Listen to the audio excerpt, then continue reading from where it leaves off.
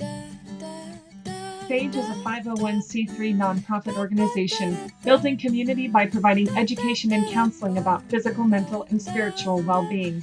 We encourage all of our listeners to find their own path to what holistic wellness means to you.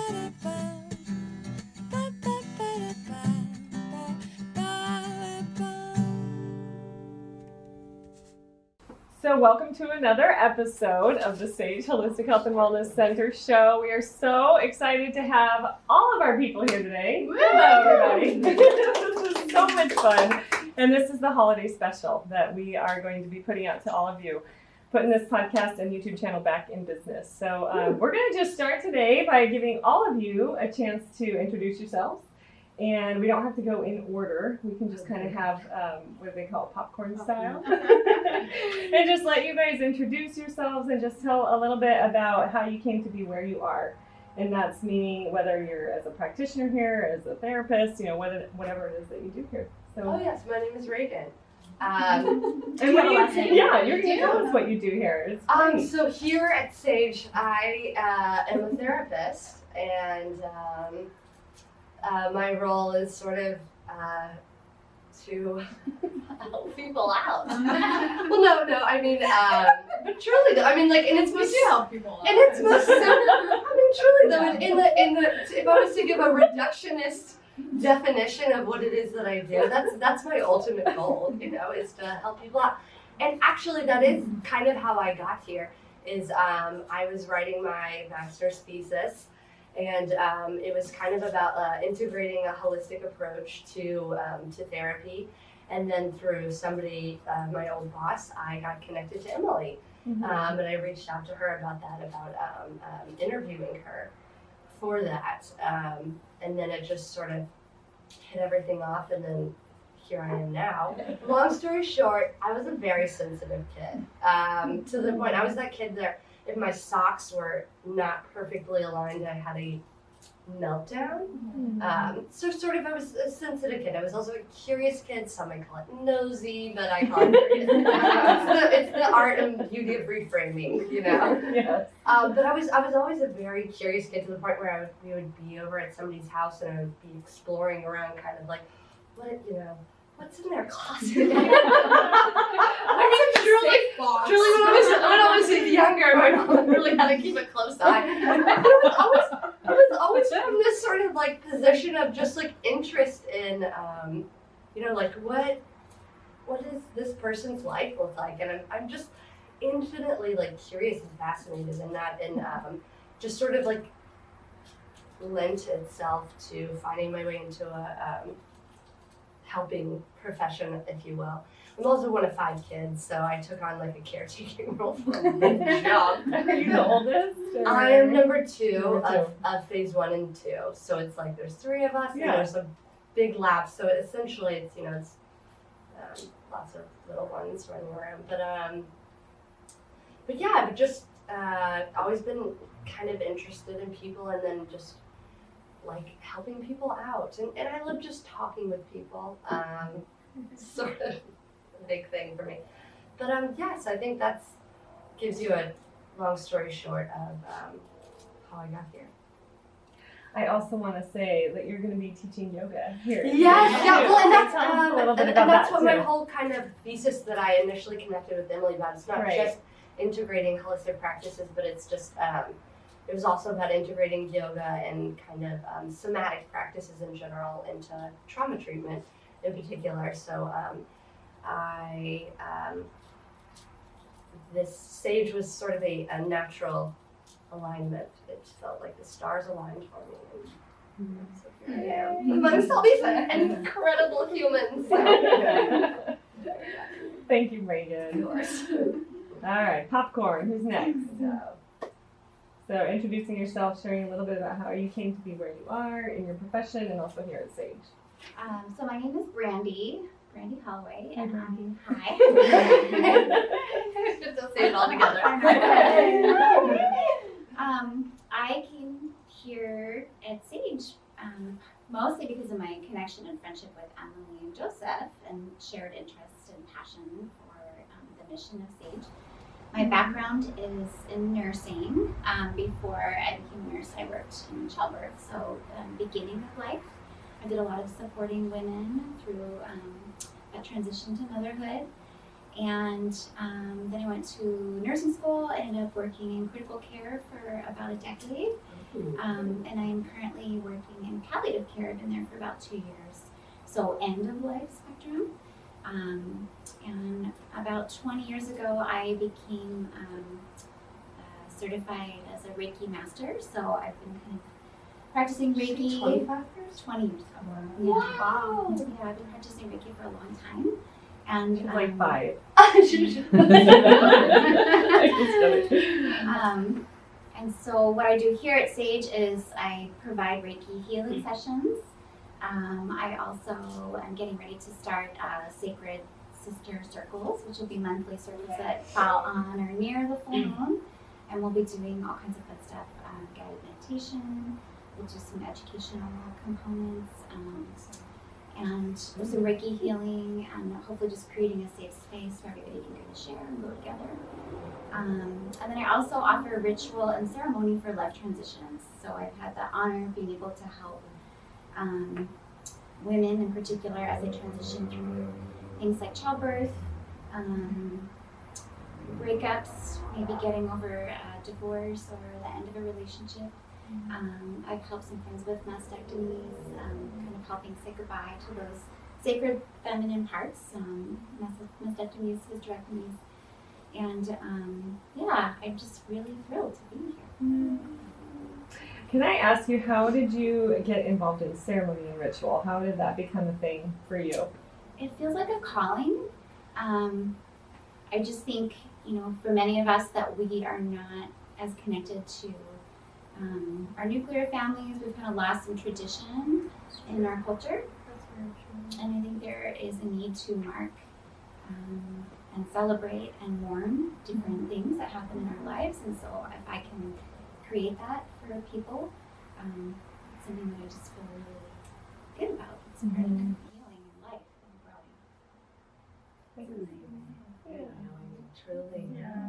I'm happy to be here. Ready to come see you. That's awesome. Thank you. I'm Liana Huesman. I'm a therapist here at S.A.G.E. My journey into becoming a therapist, I feel like that life chose me, not the other way around. I was actually connecting with your story. Like, as a kid, I was not as curious as you, but I was for the best. Yes, I was just so observant with behavior, and I played a game in my head where I would want to try to figure out what would happen next with people, situations, and it became something that I would write in my journal about, and I would sit in my closet when I was in my alone time, and I think back now, what was I doing as a kid, but I think it was kind of preparing me for life. And so my undergrad was sociology. I graduated and went, what am I going to do with this? Had no idea. So I thought I wanted to be a nurse.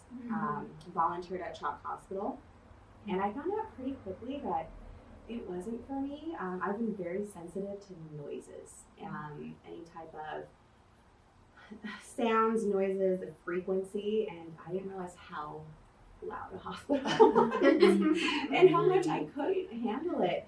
And then I had a moment of the humility set in when I took some science classes, and it was horrible. I couldn't pass my classes. I'm like, why? But I took a moment to sit with myself by my pool, and I asked myself, what was the most memorable day I had at CHOP? And within seconds it hit me, and it was the day that I went to the top floor, where unfortunately children were sent there because they were going to pass away.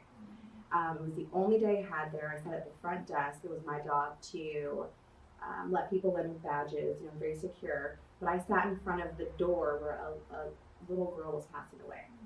And I just watched the social worker. And I could not believe that was her job, was to mediate between parent, doctor, nurse, priest, parent. It was this thing she was creating for them, and she provided solace, comfort, to probably the worst thing that could have ever happened to parents, right? And I was enthralled by her, and I thought, I could do that one day. And somehow I said, not social worker, but therapist.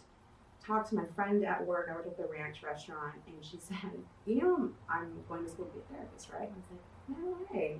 She says, you should check it out. I was enrolled in grad school 3 months later, and I graduated. I don't know how I graduated, but I did. Such a stressful time. But it was like, here I am. I'm a therapist now. What do I do with it? And so, you know, I worked in the field for a few years, and unfortunately I burned out pretty quick. And I'm talking like super burnout. Like I had all the symptoms, and it was very overwhelming to the point where I said I would never be a therapist again. And fortunately, I met Emily a few months before I actually said that, and we connected, and I took a break. I was pregnant, so I did that for a while, just embraced my pregnancy, and I was 4.5 months postpartum when my daughter went through her first sleep regression. I had no idea what that was. And it rocked my world because she was the perfect little sleeper. I thought, this isn't that bad. It's so bad. It's so bad. Rocked my world, and I thought this, but then also said it. I said, I need something more than this. Meaning, I need more than just to be a mom, but to be a mom and to be a wife. I need more. And the very next day, I received an email from Emily saying, hey, what are you up to? What's going on in your world? I was like, oh my God, is this really happening? Yes. And so I walked into S.A.G.E, and then the moment I did, it was like, I fell in love. Yes, I need to be here. And I'm here. My name is S.A.G.E. I'm a marriage and family therapist associate here. And, I'm going to tell you like a long story short, because this is a very long story because I've jumped around.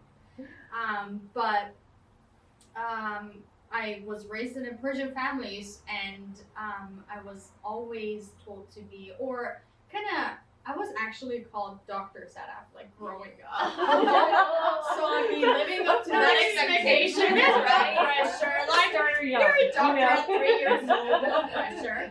Anyway, so I grew up thinking I was called to be a doctor, and as a kid, you don't think around that really. You're like, okay, I guess I was born to be a doctor, and that's what I'm gonna go towards. So I go to college. I take all these difficult science, biology, physics, organic chemistry. Oh my gosh! I don't know what that is. Microbiology. That was the end of me. So I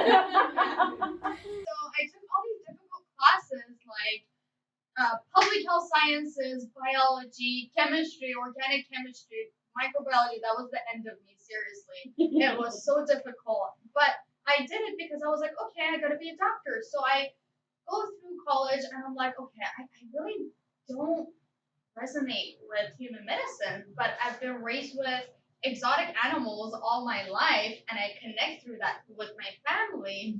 And so I was like, okay, veterinarian, becoming a veterinarian is the next thing. So I applied for all these different colleges, and if you don't know, it's extremely hard to get into vet school because there are so many of them compared to medical school. So I actually made my work even harder. So while I was waiting for the acceptance letters, I went through this like soul searching phase where I was just questioning myself, questioning my life, my purpose, my intention. And at that time, I thought my purpose is correlated with my career. I didn't really know what purpose was, but I was like, okay, like, who am I? What am I doing? Why am I even going to vet med? All these different things. And because I was questioning it so much, and I was growing up, I was adulting, I was becoming responsible. I was like, okay, so let's have a plan B just in case we don't get in. And so I go and I expose myself to different professions, and I get into, I start becoming a veterinarian assistant, and what I do is, okay, so this is plan B. I've always liked psychology. I've always been my friend's therapist. I've always been the relationship therapist. Like, I'm gonna fix your relationship kind of a thing. So I'm like, okay, I'm going to go I'm going to go interview all these different professionals to see what resonates with me the most. Because I was going through such a soul searching process, I was like, I think at this point, if I go and put myself out there, I'm going to hear what I need to be. I'm going to hear my calling. And, I exposed myself to all these different fields. And next thing you know, I find out all these difficult classes were not really necessary to take. I didn't really have to work so hard for all these classes that I didn't really even resonate with. I was just doing it to become something that I thought I was supposed to become. And one important thing that I did was to go and get into the different fields to really find out what resonates with me the most. And that's what I love in my field, to help people, do the soul searching, the going through the transition, questioning themselves, and finding out, who they are, and really getting in tune and aligned with mind, body, spirit, all those things, to find out what they want to be, who they want to be, what they want to do, regardless of what the society has either recommended or kind of forced it on them. So that's why I'm here. I think the moment that fast forward, I was waiting for my acceptance letters to vet school, which I got into, and then I was like, okay, now I do have a choice to kind of decide which one I want to get into. And within that month that I was waiting for the acceptance letters, I actually applied for MFD school, and I got in at the same time, and I was able to kind of choose. And that was the most empowering thing, to be able to choose for yourself, regardless of, what other people kind of told you to kind of what is good for you. So, that's what I recommend. Really definitely soul searching and getting into the field to really find yourself out. My name is Renee Lord, and I am a therapist. And I feel like my journey has been a lot longer than I realized, just kind of thinking about all the. I always knew I wanted to be a therapist. I had this report I had to write in 6th grade, and it's like the only thing I have from like my schoolwork. And I was looking through it one day, and it said, I wrote like an essay that I wanted to be a therapist in 6th grade. I don't know why. I have no like crazy story behind. I don't even know how I knew what a therapist was, but probably Dr. Phil. I don't know. But I knew I wanted to be a therapist, and so I think I just started. I started my bachelor's. I got into psychology. I worked at a group home, and then I think I took kind of like was recommended to. It was suggested that I take the social work route. So I actually did 2 years in my master's program for social work. And I realized the whole time it wasn't for me.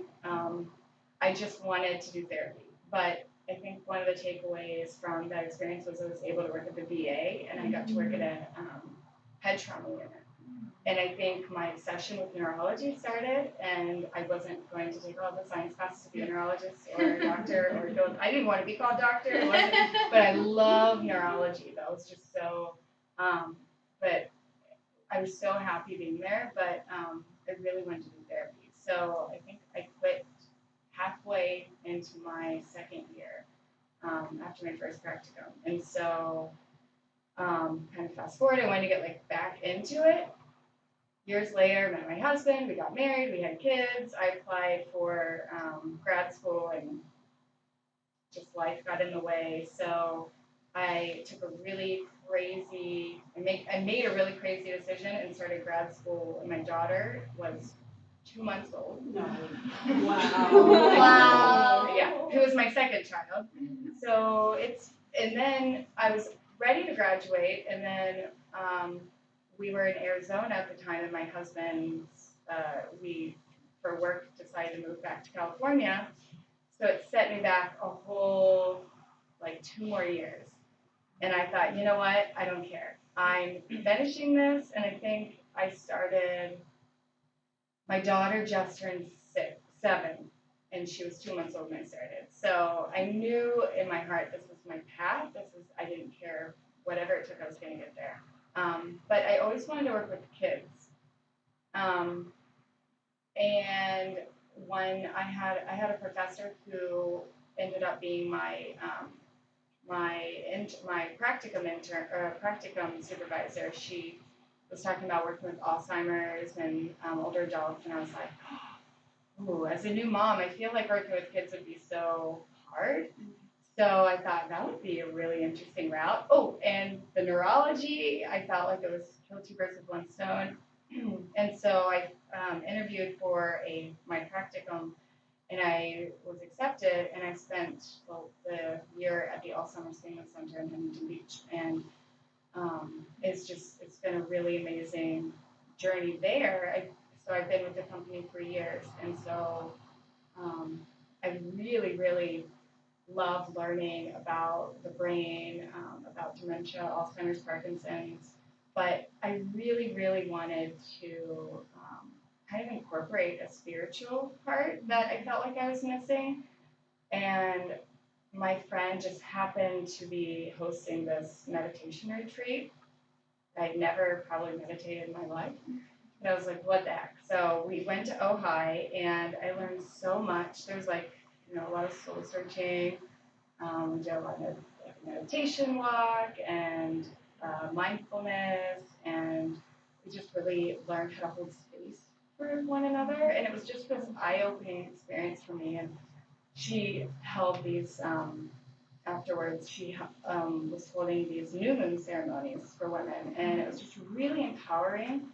And I realized I actually would journal what my therapeutic practice would look like. And and so I feel like everything that I manifested, like everything that I put down, I manifested into S.A.G.E because it was like that, just being able to speak. I'm very sensitive to other people's energy and emotions, and being able to learn more about that. I feel like I hope I can put a name to that for somebody else, because when you're called sensitive your whole life, it doesn't feel very good. But when you're the negative connotation, and I'm sure I've been caught in closets, I really connected with that too. I was so curious, and so just always wanting to learn everything. And so I feel like that's where my spiritual journey came from, just wanting to know everything I could know. And Krista, I'm always picking Krista's brain about that.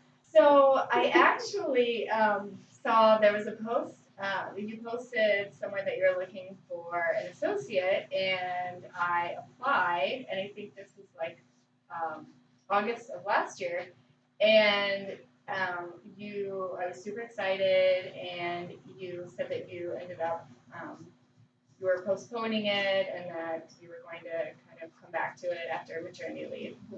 I feel like a lot for me to kind of, I was working full time, and I felt like it was a lot for me to be at a place where I was like, I'm going to do this. I'm going to go to interview somewhere else or apply somewhere else. And so but it felt right.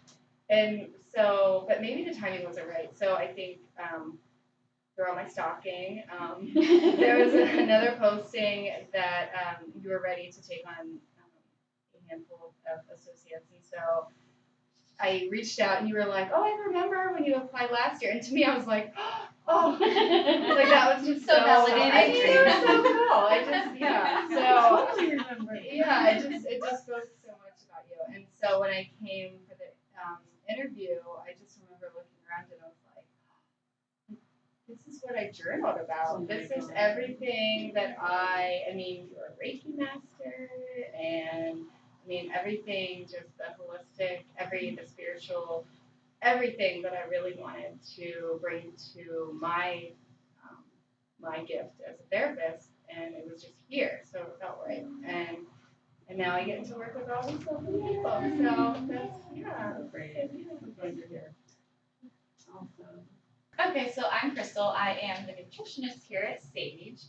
My journey started years and years ago, maybe 15 years ago, when my little brother was diagnosed with ADD. And my teacher was telling my mom to take him to the doctor and to like get him on some medication, but my mom was pretty adamant that she didn't want to put her son on medication.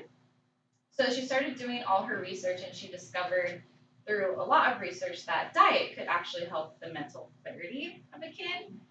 So she kind of just went on this huge whole lifestyle diet change for our whole family with not easy. Our whole family was like very, very Resistant. very resistant about it. But my mom stayed strong. She was like, it's either this or it's medication. We're going to change it through food. And over the years, she kind of just guided our whole entire family through understanding how food can change your body or affect your body mentally or physically.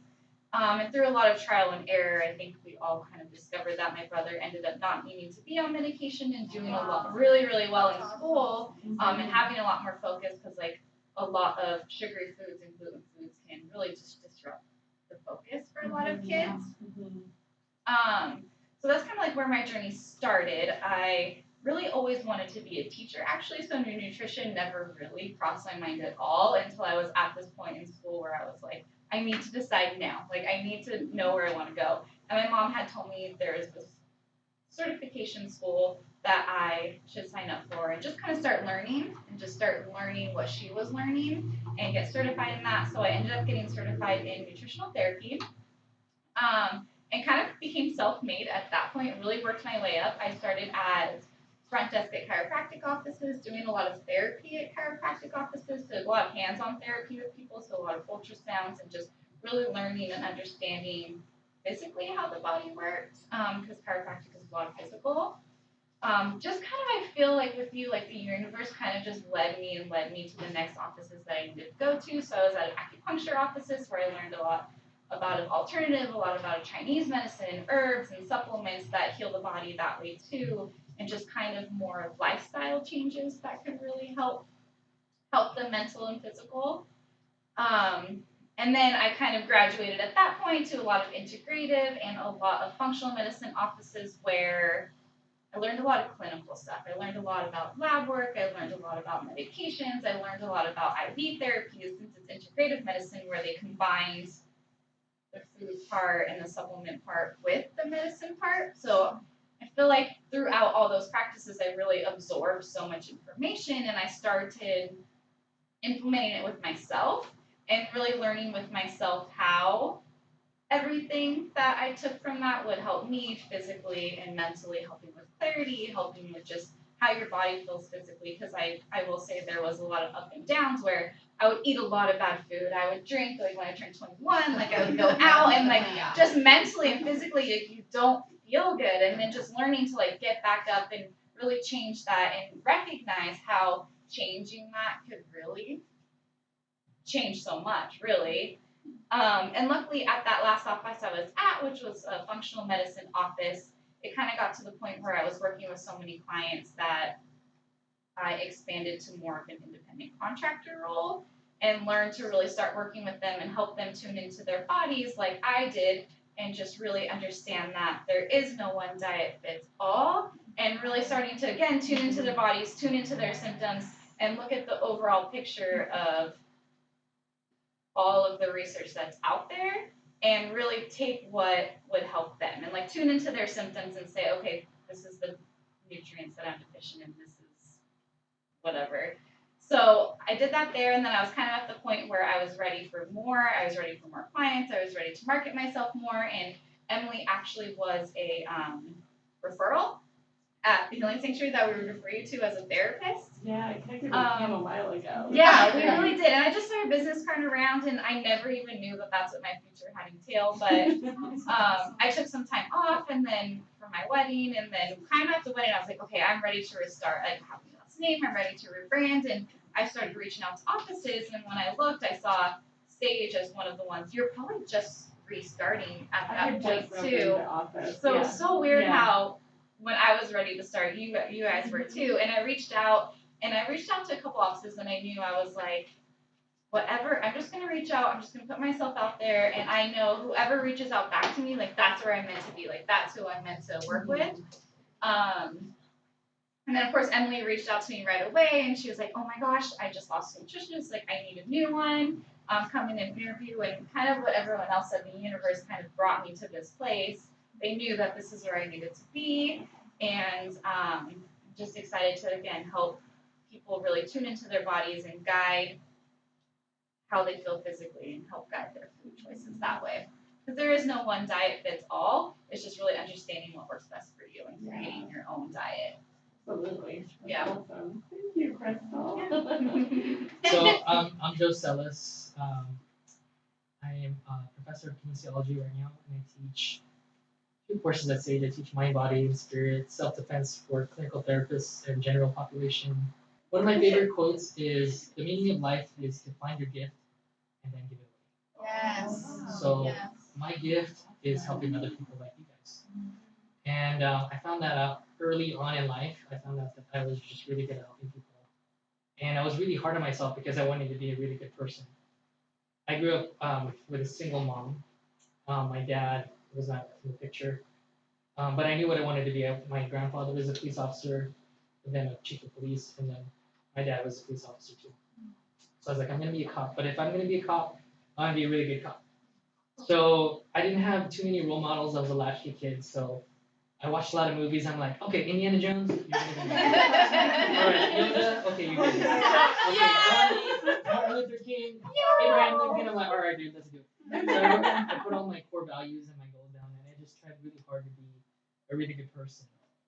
And I was very physically oriented and spiritual. I had a lot of different spiritual experiences growing up, a lot of which I thought I was crazy. And I did a lot of martial arts, and I really fine-tuned like the physical aspect of my character. And then in my early 20s, I met a medicine man that really helped to change my life and help me figure out that I was on cuckoo. And so I got a chance to kind of sharpen my skills spiritually. So spiritually and physically, and I was like, okay, I'm good. And I didn't know I was missing such a big part mentally. And then I met Emily, and I remember talking to Spirit. And I'm like, you know what? She's such an awesome person. If I could just keep her in my life, I will do what I'm supposed to do, right? And then, hell, we got married. That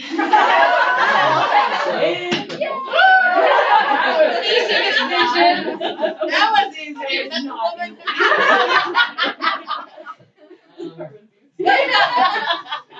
Very nice. So then I was teaching for a long period of time. I loved it, and we got to a point in our lives where I had the opportunity to go in law enforcement, and I did it. I loved it. I loved a lot of aspects of it. And we had kids, and I was like, well, I'm not servicing who my priority is, my kids. So another lifestyle change, a career change, went back into teaching, and then we had the opportunity to start S.A.G.E. So I'm really happy to be here. It's kind of my journey in a nutshell. Yeah. My name is Krista Marie Miller. I'm an intuitive medium and voice channeler. I bring the extra woo-woo into here. I am, so I have seen spirit my whole life, and very early on, I questioned my sanity. Very early on. I have been blessed with my best friend since kindergarten, and we would sit there, 10 years old, looking through medical journals, trying to diagnose me, because I heard voices, I saw things. They're like, am I schizophrenic? Am I, what am I doing? And everything, I took, so like when everybody was taking the cute little personality tests in Cosmo, I was taking mental health quizzes, trying to figure out if I was sane or not. And she stuck through me through everything, and we always came to the conclusion, no, you're not. And in fact, she stuck with this and now has her doctorate in social psychology and teaches at San Diego State. So it was because of the deep, quest that we were on, trying to figure out what was wrong with me, which there's nothing wrong with me. So it has been a journey and a half living with my gifts, and actually coming to terms that they are gifts. I have gone through many cycles of closing down and opening back up. Ever since I was very, very young, I wanted to be an actress. And so I was a theater major in college, and I switched over to film. because I loved studying people. I loved watching them and seeing, because I had a little extrasensory gift. I could see what they were going to say before they said it. And it was always fascinating to me when they chose not to say what was in their field. And then watching the facial cues. Like, I just loved doing that and really going into the human psyche. And then, like I said, my best friend and we would just have these deep psychological conversations about the human life. And so I was a pretty good actress because of that, because I learned so much about the human, how people express themselves. And then, so in college, so I was taking my time in film school, and then I met my husband, and he's like, just pick something. Pick something. He's like, I'm tired of you going, because I was taking science classes, I was taking art classes, I was taking film classes. He's like, just pick something. You can take anything. just pick, get a degree. Get a degree. And I was always interested in psychiatry. And so I actually went and I went to organic chemistry, I took human genetics, I took the deep science classes, and then I went to my counselor, and my counselor was like, okay, all you need is one more science and a science with a lab. And the last 2 classes I took in college changed my life. It was physics, physics, and then quantum physics was my one with the lab. And that completely changed my world of just incorporating the science with the spirituality. And I haven't dived much into the quantum physics world in my practice yet, but I am about to. And then about 7 years after I got my associate's degree in liberal arts, I became pregnant, and at that point I was completely shut down about my gifts. And I became pregnant with my son, and I was like, you know what? I want him to know who I am. I cannot hide this part of me anymore. And so I slowly started opening up again. I was driving on the freeway, and please don't ask Spirit anything major while you're driving. That's a disclaimer here. But I was driving to my ultrasound. I was like, I really miss that part of me. I'm ready to open back up. And I heard, okay. And then the traffic was slowing down. And I slowed down. And I looked in my rearview mirror, and the lady behind me was coming at me like 60, 65 miles an hour, 70. And my last thought was like, she's not going to stop. And she hit me so hard that her front bumper ended up in my backseat. And I had a clippy, one of those clippies in my head, and the clippy went into my head to the point where it was just a pressure point, like it didn't break skin, but it blacked me out, and my car flipped 3 times on the freeway. I popped out of the body, and I saw this happening on the freeway, and I looked over at my higher self, and my whole spiritual team was around me. But I'll never forget, I looked over at my higher self, and she was like looking at me like, and I'm like, I gotta go back, don't I? And she's like, yeah, you have a lot of work to do. She's like, you're behind schedule. And she like looked at her, like it wasn't even a watch, but she's like, you're behind schedule. You need to get in there.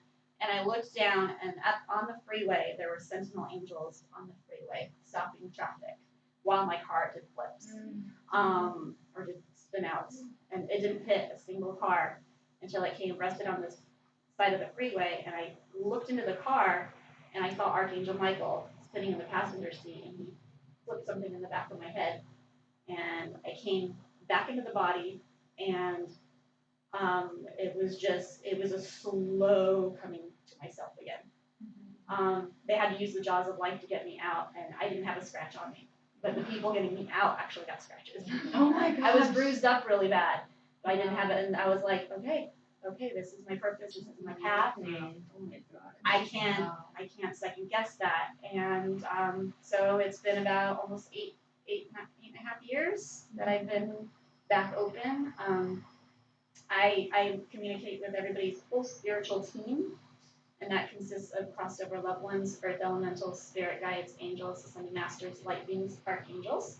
As long as it comes in for your highest good, I allow it in. And I'm also a channeler where they come in and speak through me. So that has been a little bit of my journey. And when I was actually becoming a psychiatrist, taking all the science classes, I saw this little room where I wanted to be, and a little office, and I wanted to have a sign on the front that said "Inquire Within," with a little girl like meditating. I'm like, that's gonna be my psychiatry office. That's where I'm gonna go. And how I got to be at S.A.G.E, I was working at a spiritual fair, and Brandy and Emily were both there, and I had my booth was right next to theirs. Yeah, they were there, and Emily came and sat down, and I'm guessing the reading went well. You don't remember anything. No, I don't remember my readings. She was like, I'm gonna be opening a center, and everybody was telling me that at that point. Everybody was like, I'm gonna open a center, I'm gonna open a center, I'm gonna do that. I'm like, okay, cool. And then Emily reached out to me and said, hey, I want you to be our resident intuitive, and I'm like, oh, okay. And I didn't know, and then when I finally came here and walked into that place, it all started clicking together. I was like, oh, that's my office. Oh, okay. Inquire Within. Because I've always surrounded myself with mental health professionals, and they've always become really close friends of mine, and it just finally all clicked. It was like, these kids are supposed to work with them. Drum roll. Awesome. I know. Well, I guess on the last one, I was like, well, I could save you for later. But just quickly for me, I mean, I never set out to be a therapist. I wish I had known that from like sixth grade. That's really cool. But yeah, I was like going to be a businesswoman. I always like joke with my little sister, and I always laugh about it. I was like, all right, go staple this. All those things for me. I loved being a businesswoman, and I was always going to do that. So I was set out to do that. Got into sales, got into marketing when I moved here to California in 2001, and I was like on that path. And a previous relationship that I was in at the time was going south, and so we went to couples therapy. It was really my first experience with therapy, and I was like, oh, this is pretty cool. Like we get to like introspect and like understand ourselves. Like I remember like one of my favorite things like growing up as a teenager and like early, young adults or whatever, was going to coffee shops and hanging out. And there was this one coffee shop I always remember in Salt Lake City because I lived there during that time, and there was this book. And I still have it. It was called Please Understand Me. So all of that, like I was full force, 70 hours a week, making lots of money, not very happy, in the high power world of corporate America. And I was like, I can't do this anymore. I'm not happy. Can't imagine myself continuing down this path. So I quit my job and I went back to school in 2006. And so it was a very long journey because at that point in time, then I became from doing pretty well to being a starving college student and having to put myself through and just kind of being on my own, and then entered Joseph, and just kind of bringing me full circle here and then getting back into my master's program. I always thought I wanted to do more of the, like, become a doctor and all of that too, but then when I really weighed it, I'm like, well, like, is that title really important? Like, I just want to work with people. Like, I don't need the extra 2 years I'll get to practice in person. So that's when I ended up at Cal State Fullerton and went through that program, and my thesis there was all about holistic health and wellness and how you integrate physical, mental, and spiritual. And at that time, I just remember talking to all my professors. I'm like, this is too big of an idea, Emily. You really need to consolidate and like make it more, concise. And I'm like, no, I can't. No. I can't. This is a thing, and it's gonna happen. And so it's like just having that vision. And I mean, we've definitely, I have definitely struggled with having to slow down because I have such a vision and such a plan, and like I see so much helping other people and how important that is. But life happens, and that's, again, I mean, it's going to bring me to the next question here real quick, but it's like, what does holistic mean to you? So I want you guys to like think about your little 10-second answer, because I know we're going to have to wrap up. We could do this all night, but really looking at like how I was living my life and realizing I can't do that. I can't do things the way that I necessarily would want to if I'm going to be, having a relationship that's meaningful, or having children that know me and love me because I'm spending time and attention and focus on them. So that's been what I continue to struggle with and work on as I bring all of this into fruition and have this available to all. So I'm so, I couldn't be any happier with everyone who has shown up and who the universe has brought through our doors, and like what we've created together and what we're going to continue to create. So super happy for all of that. So we're gonna go down the line here. Just real quick, what does holistic mean to you? Because I think it's important to talk about that, but it means something different. I did a little episode like when I first started this whole thing about this. So I just really briefly just want you guys to go down and say what holistic means to you. So boom. Holistic to me means trying to find the balance, doing the best that you can, and at the end of the day, not feeling guilty that you can do more. Nice. When I think holistic, I actually put W for everything whole, because holistic, it means bringing in the body, mind, spirit, and making yourself whole in a natural way. Yeah. I totally concur. Holistic for me is a newer concept, and I view it as being your most authentic, your most vulnerable, whole self. I resonate with that as well, and just showing up as the person. So as a therapist, I look at my clients as a whole person first, and not a diagnosis, not a problem, not an issue, but we go person to person. Holistic for me is kind of the opposite of modern medicine, more taking the holistic approach to rather than just looking at your symptoms, and where modern medicine, you're covering up with medication and just covering up the symptom and dealing with the symptom, where the holistic for me means really just seeing the person as the whole, seeing as everything so interconnected, seeing the mind, seeing the body so connected. So really digging deep down rather than, okay, let me help my symptoms, but what is the root cause and of my symptoms, and how lifestyle intervention, stress management, and food can help manage the root cause. That's kind of what I was thinking too. I think holistic to me is a lot about what S.A.G.E is about. When I think about treating the whole person, being open to trying new things, using Reiki or diet or physical or spiritual ways to really connect with yourself, and not just using things that you think you're supposed to do, but being open to trying new things to make yourself feel whole and balanced. I had this really awesome experience and perspective of my own spiritual beliefs and experiences, and also the gifts of modern medicine and Western medicine, and I'm able to merge those things together. So I feel really honored to have that experience. And I really think holistic is just about integrating all of the parts of yourself and honoring and accepting and loving yourself where you are. Yes, I definitely agree with you. So for me, being a holistic therapist, I guess I'll go there so that my answer doesn't, because I agree with all of you. Basically, for me to be a holistic therapist is to treat the person as a whole. For example, internally, and also like their internal psychological system, and as well as their social and relational network. For me, holistic is so much about connection. And I sort of see it in this way of like, and I think maybe it's because I'm so interested in like dissociation and the ways that we are disconnected from self and others, and from even an understanding of, you know, what's going on versus like the stories we're telling ourselves. And it's this approach that allows me to sit with someone and to kind of bring in all those pieces, and not have it be these like split off things that are, because they're all interrelated and they all impact one another, right? It's not like, and I think this really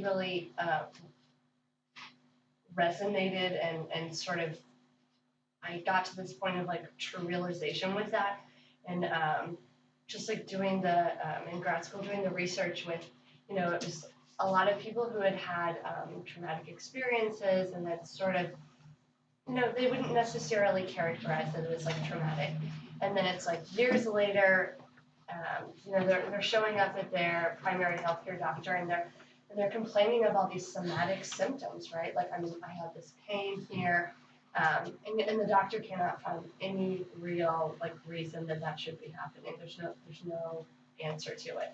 And then upon further kind of inquiry, like after they've kind of exhausted all the other like avenues of like what we think this could be explained by, you know, they kind of go into a deeper depth of like, what is your history like? What are the stressors going on for you right now? And I feel like it's sort of like taking that like in-depth understanding of the ways in which things impact us that we might not even necessarily understand like the full significance of like in that moment. And oftentimes I feel like it ends up being something that impacts us much later. But then at that point you don't have like the wherewithal to say like, oh, this is because this happened so long ago. So really that ability to bring all of that into the therapy room and to speak to like this is significant, and giving that a place to like exist, giving that a place to sort of for them to speak to, you know, the pain or the things that they maybe even don't even consider as like, oh, it's fine, I had a great childhood. But it just gives that ability to like give space to things and to let it then process out rather than constricting. I think oftentimes it's like this, people come in with this very constricted view of like, this is my problem and this is what I need to do. And oftentimes the way at least that I approach it is I want to expand their world to be like, oh, this might be due to this, and just that ability to give them that power to make choices, and empower them that they have the choice to make over all of these different elements of their life, is kind of what it means to me to work from a holistic approach. Thank you. And my little 2 cents, just I think that it's about being non-judgmental. That's such a big part for me because I feel like I look at so many other people, and I think we all do this, and like, oh, they're like living the holistic life, right? Yeah, not me, but when I really look at it, it's being authentic about like what matters to me, like what are my values, and am I living within those values, and figuring out what's missing and not. And that's what, you know, opening that angle is about too. So the last thing, I mean, we have definitely got to do this again. This has been a lot of fun, and hopefully we'll get some other panelists on board with us next time. But anyway, just wanted to take a moment, just real briefly again. We can start with Reagan this time. We'll kind of go this way, and then we'll make you talk a lot. But what's one tip that you would give or leave with someone who is saying, I want to be happy or I want more out of life? What would be your one tip that you would leave with them? That's a tough one. I think for me, so much of it is about like defining what happiness means to you. I think oftentimes people come in with like, I want to be happier. Well, what would that look like in your life? What are the barriers that are keeping you from doing that? And really making it this like measurable, definable thing of like, does that mean like spending more time with the people around you? Kind of like a values clarification, getting more in touch with that. And then also just realizing that so often happiness is like an emotion, and it is not a destination. It is something that is transient, and you can feel happy and then you can feel sad, but it's just sort of that acceptance and that surrendering to that it's not something that you stay in. All right. Okay, I have so much to say about this, but I'm going to kind of cut it short. Yes, definitely. But one tip that I would kind of give other people is basically what I went through is this. Look, this is how I came to go into therapy go into therapy for myself. Was I sat down and I kind of analyzed myself, and I was like, okay, if it was going to work my way, the way that I have been doing things, the way I have been trying to get into happiness, it's not working, right? If it was going to work my way, it was going to work right now. It looks like I need extra help because, to be honest, I mean, who got a manual to be able to say like how to do relationships, how to do life? It's difficult and daunting. It really is. And going through the transitions, I mean, it's definitely difficult, but if you're going through it the right way, it is so empowering, and it is so, if you can be transparent and aligned with yourself, with your true self, it's just, I don't know, I get so excited about this, but it's just so, it's like that growing pain that you go through, but at the same time, you like it. I don't know if you guys have ever gone through that, but basically my one tip is to go to somebody that you can be transparent with and that you can get into the right soil to be able to grow in, like a flower, right? Yeah, if it was going to work out by now, I think it would have. So what is so bad about getting help? What is so negative about seeking somebody else that can help us get within ourselves and get in tune with and align with our mind, spirit, even our physical body, So I would definitely recommend everybody to, regardless if, therapy's not about, it's not so much about a disorder or illness. Yes, we're there for that as well, but most importantly, we're there for people that are trying to get into wellness, mental wellness versus mental illness, I think. And I think life is just so precious and valuable for us not to be in tune with the true self. So get somewhere that we can get aligned with that, because it's so valuable and it makes life so much more precious and happy. To answer your question, yeah. A really complex question. I know, yes. But it is a lot. It's a lot. I'll keep it really short. I think for me, what that means is a lot of acceptance, accepting that happiness is, like I think Greg said, it's transient emotion that comes and goes. So being okay with where you are in the moment, and also I think just connection, like finding connection with other people, where you can be your own authentic true self and feel loved and accepted. And then working towards being able to eliminate shame and guilt. Those are the things. Gosh, those are good. I feel it's kind of piggyback off of what I said before. I feel like just being open to trying new things, and not limiting yourself to what you think or what others expect from you. But also just it's easier said than done, but just really learning to be in the moment. Yes. I mean, mindfulness is a practice that is really underestimated. And I think we tend to live in the future too much, or the past, shoulda, woulda, couldas, and what's the outcome going to be. But I think the most important thing to me, for when I'm practicing daily, is just to be here. And it's important to learn to be here and now, learn to be there. Happy, get yourself to be where you want.